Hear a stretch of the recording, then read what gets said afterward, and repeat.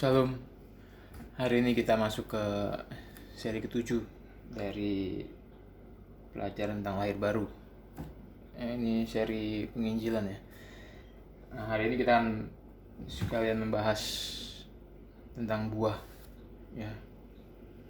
Buah yang membuktikan keselamatan seseorang, kebenaran seseorang. Ya, kemarin kita sudah belajar dari Yeskiel 36 dari 22 sampai 27. Jadi keselamatan itu sepenuhnya pekerjaan Tuhan. Dari lahir baru, Injil, pertobatan, percaya, keselamatan, konfirmasi dari Tuhan, itu semuanya pekerjaan Tuhan. Dan dalam kekristenan, keselamatan itu hanya diperoleh melalui iman. Ya, hanya melalui iman. Nggak ada embel-embel lain, nggak ditambah. Bukan iman tambah perbuatan baik atau melalui perbuatan baik, bukan. Keselamatan dalam kekristenan hanya melalui iman. Tapi keselamatan yang sejati, iman yang sejati selalu diikuti dengan perubahan. Nah, kita sudah belajar kemarin dari Yeskiel 36 dari 22 sampai 27. Ya.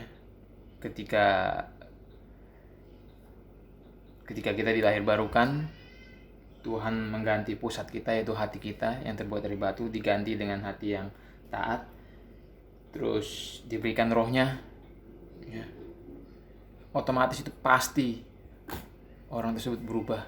Nggak mungkin nggak berubah, karena pusatnya sudah diganti dan dikasih roh kudusnya, pasti berubah.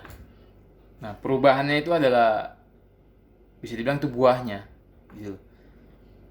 Ya kayak pengkudusan diri, dijemput dari antara bangsa-bangsa, ayat 24. Terus dikuduskan, ditahirkan ya, dikuduskan dari segala kenajisannya, dari segala kenajisan kita, dari berhala-berhala kita, diberikan hati yang baru. Terus roh yang baru, kita dibuat taat menurut pada ketetapan Tuhan, berpegang pada peraturan-peraturan Tuhan dan melakukannya. Ini juga sejalan dengan apa yang dia kerjakan bagi gerejanya secara,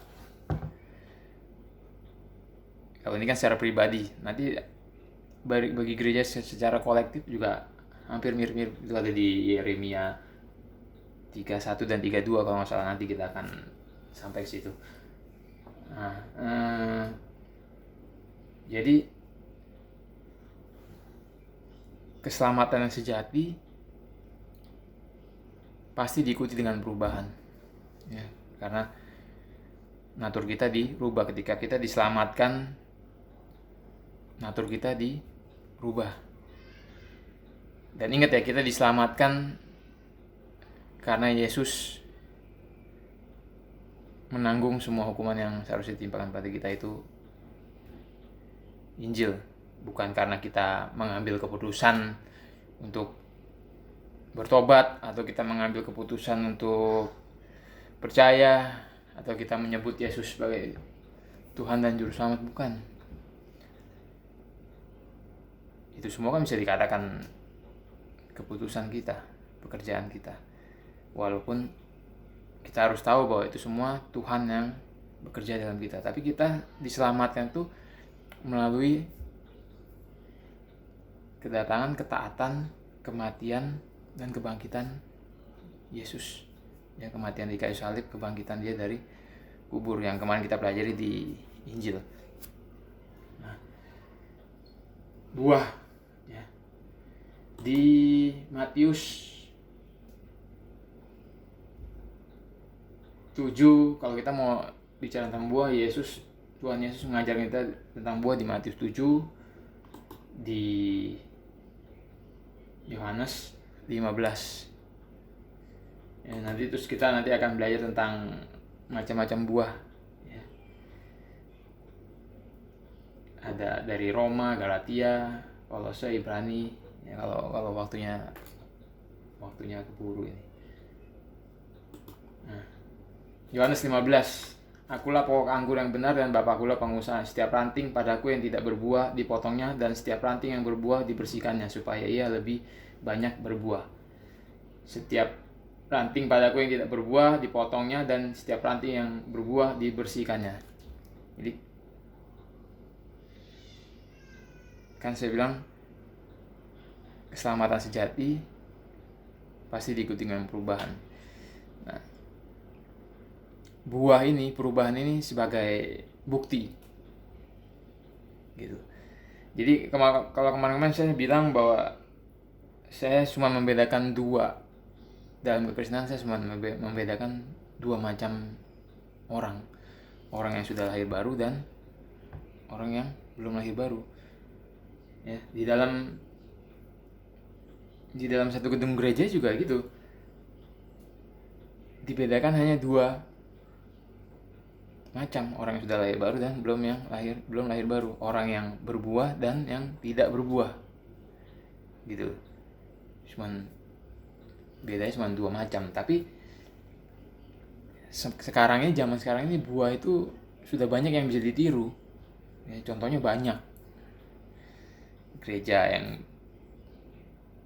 yang berkembang cepat, jemaatnya banyak ya kan, tapi pengajarannya kacau gitu. Nah, itu kan pengajaran itu kan buah. Dalam hal berbuat baik itu bisa ditiru. Banyak kegiatan-kegiatan kegiatan-kegiatan pelayanannya banyak, kegiatan-kegiatan perbuatan baiknya banyak. Tapi itu semua kan bisa ditiru gitu. Ya, ateis saya yang nggak kenal Tuhan bisa berbuat baik. Agama-agama lain yang nggak ada pernah dijelaskan tentang buah roh, mereka bisa berbuat baik dengan bahkan banyak yang lebih hebat dari orang Kristen gitu. Jadi buah itu banyak yang bisa ditiru ya. Kamu memang sudah bersih karena firman yang telah kukatakan padamu. Ya, kenapa kok firman dikatakan Yesus bisa membersihkan? Karena Tuhan itu selalu membicarakan tentang pertobatan. Dan kenapa itu bisa membersihkan? Karena dia selalu membicarakan tentang memuliakan Bapaknya, pertobatan, memuliakan Bapaknya, pertobatan, memuliakan Bapaknya. Otomatis ya, di ayat 4, tinggallah dalam aku dan aku dalam kamu, sama seperti ayat 7, jikalau kamu tinggal dalam aku dan firmanku tinggal dalam kamu. Jadi kalau Yesus itu selalu mengomong pertobatan dan memuliakan Bapa, kalau kita tinggal dalam firman, otomatis itu membersihkan kita gitu. Ayat 4, tinggallah dalam aku dan aku dalam kamu, sama seperti ranting tidak dapat berbuah dari dirinya sendiri kalau ia tidak tinggal pada pokok anggur, demikian juga kamu tidak berbuah jikalau kamu tidak tinggal dalam aku. Jadi kita hanya bisa berbuah dengan tinggal di dalam Yesus. Yang dimaksud tinggal dalam Dia itu kita tinggal dalam firman-Nya ya. Ayat 7, jikalau kamu tinggal dalam aku dan firmanku tinggal dalam kamu. Kita tinggal dalam firman-Nya. Terus kita taat ya, taat pada firman-Nya. Terus tinggal dalam Yesus itu kita memperbaharui pikiran kita. Roma 12 kalau nggak salah. Dan tentu saja saat teduh, hubungan intim dengan Tuhan, doa ya, itu ada di ayat 7. Jikalau kamu tinggal dalam aku dan firmanku tinggal dalam kamu, mintalah apa saja yang kamu kehendaki dan kamu akan menerimanya. Ini kan doa, mintalah, hubungan intim ya. Tapi mintalah apa saja yang kamu kehendaki dan kamu akan menerimanya, ini konteksnya buah. Kita minta buah ya, bukan minta rumah, bukan minta baby band, minta mobil mewah, minta segala macam ketek bengek, bukan ya, jangan gila ya, jangan PA. Nah, ini konteksnya Yohanes 15 nih, konteksnya buah. Jadi kalau kita minta buah, ya. Yohanes, bentar ya.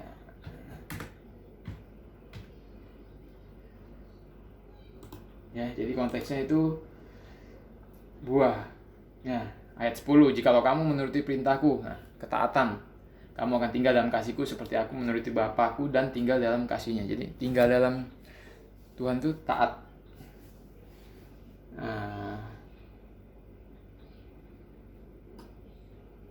ya, jadi konteksnya buah.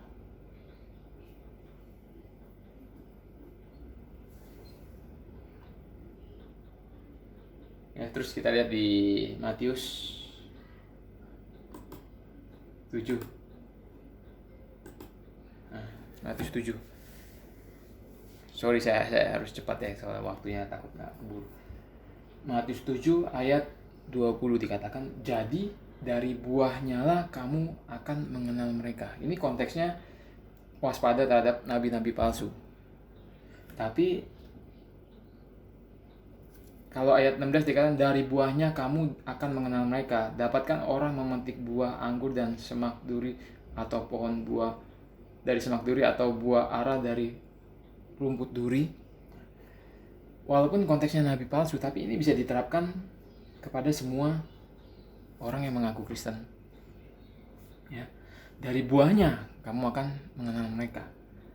Dapatkah orang memetik buah anggur dari semak duri? Enggak mungkin. Atau buah ara dari rumput duri? Jawabannya enggak. Ya. Demikian setiap pohon yang baik menghasilkan buah yang baik, ayat 17. Sedangkan pohon yang tidak baik menghasilkan buah yang tidak baik. Jadi orang yang sudah lahir baru akan menghasilkan buah yang baik. Sedangkan orang yang belum lahir baru, buahnya pasti nggak baik, nggak mungkin terbalik. Dan setiap pohon yang tidak menghasilkan buah yang baik ditebang dan dibuang ke dalam api. Jadi dari buahnya lah kamu akan mengenal mereka. Jadi kalau kita mau mengenal keselamatan seseorang, kita mau lihat orang ini benar-benar sudah lahir baru atau belum, keselamatannya benar atau enggak, imannya sejati atau enggak. Tuhan bilang dari buahnya kamu akan mengenal mereka. Jadi kita disuruh menilai. Ya, menilai itu bisa dikatakan menghakimi. Disuruh menilai, membentuk sudut pandang terhadap penilaian itu. Dari situ kita tahu orang itu benar sudah lahir baru atau belum. Tentunya dasarnya firman Tuhan, bukan penilaian berdasarkan kita. Kalau kamu mau menghakimilah dengan adil, kata Tuhan. Jadi kita bisa melihat mereka dari buahnya. Kita bisa melihat kebenaran mereka, isi hati mereka, isi hati seseorang tuh dari buah, dari tingkah laku di luar dia. Gitu. Bisa kita nilai. Bukan setiap orang yang berseru kepadaku, Tuhan, Tuhan, akan masuk ke dalam kerajaan surga, melainkan dia yang melakukan kehendak Bapakku yang di surga. Pada hari terakhir banyak orang akan berseru kepadaku, Tuhan, Tuhan, bukankah kami bernubuat demi namamu, mengusir setan, dan mengadakan mujizat demi namamu? Pada waktu itu aku akan berterus terang kepada mereka dan berkata, aku tidak pernah mengenal kamu. Enyahlah daripadaku kamu sekalian pembuat kejahatan. Aku tidak pernah mengenal kamu. Enyahlah daripadaku kamu sekalian pembuat kejahatan. Mereka ini menyebut Yesus itu Tuhan, Tuhan, dan diulang 2 kali. Dalam Alkitab kalau ada pengulangan itu pasti penting. Ini bisa ditafsirkan nih, yang menyebut ini bukan orang biasa di dalam gereja. Ya, mungkin jabatannya pendeta kah, gembala kah, penatua kah, pelayan-pelayan Tuhan kah? Karena ketahuan dari mereka disebut double Tuhan, Tuhan. Ya. Bukan setiap orang yang berseru kepadaku, Tuhan, Tuhan, akan masuk ke dalam kerajaan surga, melainkan dia yang melakukan kehendak Bapakku yang di surga. Ya, jadi gak semua orang yang menyebut Yesus Tuhan masuk dalam kerajaan surga. Makanya saya bilang Zaman sekarang banyak orang menginjili, Injil diganti dengan pertanyaan, direduksi, dikurangi, disingkat, terus diajak doa bareng, deklarasi iman, suruh mereka menerima, membuka hati, mengundang Yesus masuk, dan mengakui dia sebagai Tuhan dan Juru Selamat. Padahal di sini katakan, bukan setiap orang yang berseru padaku, Tuhan, Tuhan akan masuk dalam kerajaan surga, melainkan dia yang melakukan kehendak Bapakku yang di surga. Melakukan kehendak Bapa yang di surga, ini kita bukan bicara tentang keselamatan karena perbuatan baik, bukan. Orang yang sudah selamat, punya iman sejati, dia pasti akan berbuah ketaatan. Makanya dikatakan, dia yang melakukan kehendak Bapakku yang di surga. Ya. Jadi makanya kemarin saya bilang penginjilan sekarang tuh banyak manipulasi. Yang penting KKR dipanggil ke depan altar call, diajak doa bareng, membuka hati, mengundang Yesus, terima Yesus sebagai Tuhan dan Juru Selamat, terus menyebut dia sebagai Tuhan, mengakui dia sebagai Tuhan. Terus pendeta mengatakan, ya, kalian sudah selamat. Itu memalukan, sangat memalukan. Itu manipulasi keselamatan namanya. Lihat aja, bukan setiap orang yang berseru kepadaku Tuhan, Tuhan. Bukan setiap orang yang berseru padaku Tuhan, Tuhan yang akan masuk dalam kerajaan surga. Jadi harus ada buahnya, ketaatan.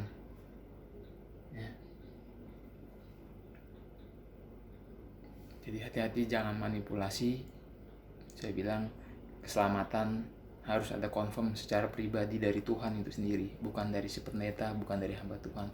Kalau Anda hanya dikonfirm dari seorang pendeta, Anda pernah mengakui Yesus sebagai Tuhan, mengikuti doa seseorang, terus ya kamu sudah selamat, saya kasih tahu lebih baik Anda bertobat, ya, buru-buru bertobat dan cari konfirmasi dari Tuhan langsung. Ya, pada waktu itulah aku akan berterus terang kepada mereka. Ya, ayat 22, kami bernubuat demi namamu, mengusir setan demi namamu, mengadakan mujizat demi namamu. Ini menyombongkan diri, ya, mau ngingetin Tuhan dia.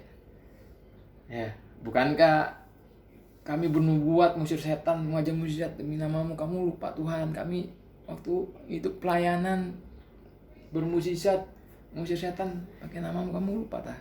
Menyombongkan diri, mau mengingatkan Tuhan. Tuhan bilang, aku tidak pernah mengenal kamu, nyala daripadaku, kamu sekalian pembuat kejahatan. Dalam teks Inggrisnya, lawlessness. Jadi mereka ini orang-orang yang suka melakukan sesuatu yang gak pernah diperintahkan Tuhan. Ya. Dari mana taunya? Lihat aja Alkitab, itu dasarnya. Kalau ada seseorang mengajarkan atau melakukan sesuatu yang gak pernah diperintahkan dalam Alkitab atau diperintahkan oleh Yesus itu sendiri, itu namanya dia lawlessness. Banyak contohnya. Teologi kemakmuran itu gak nyambung sama perjanjian baru, ya. Terus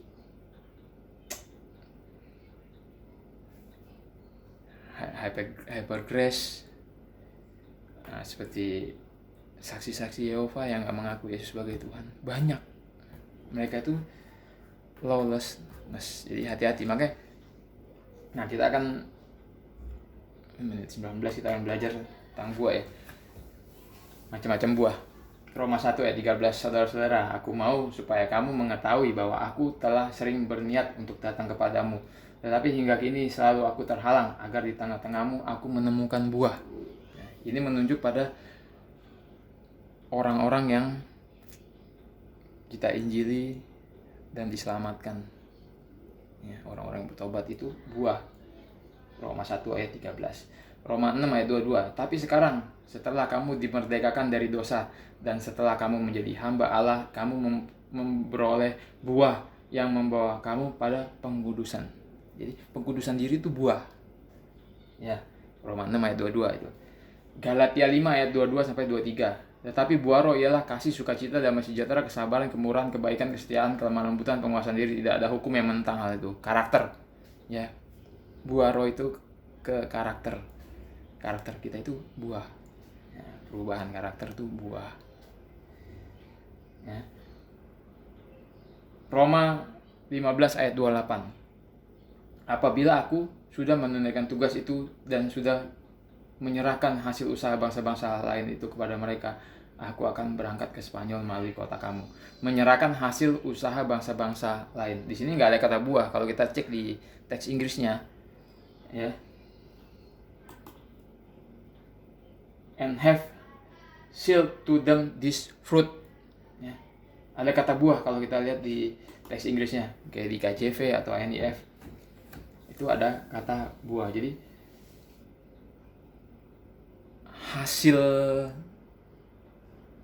hasil kita tuh mungkin berkat uang atau hasil usaha. Di sini kan hasil usaha, ya, itu dikatakan buah.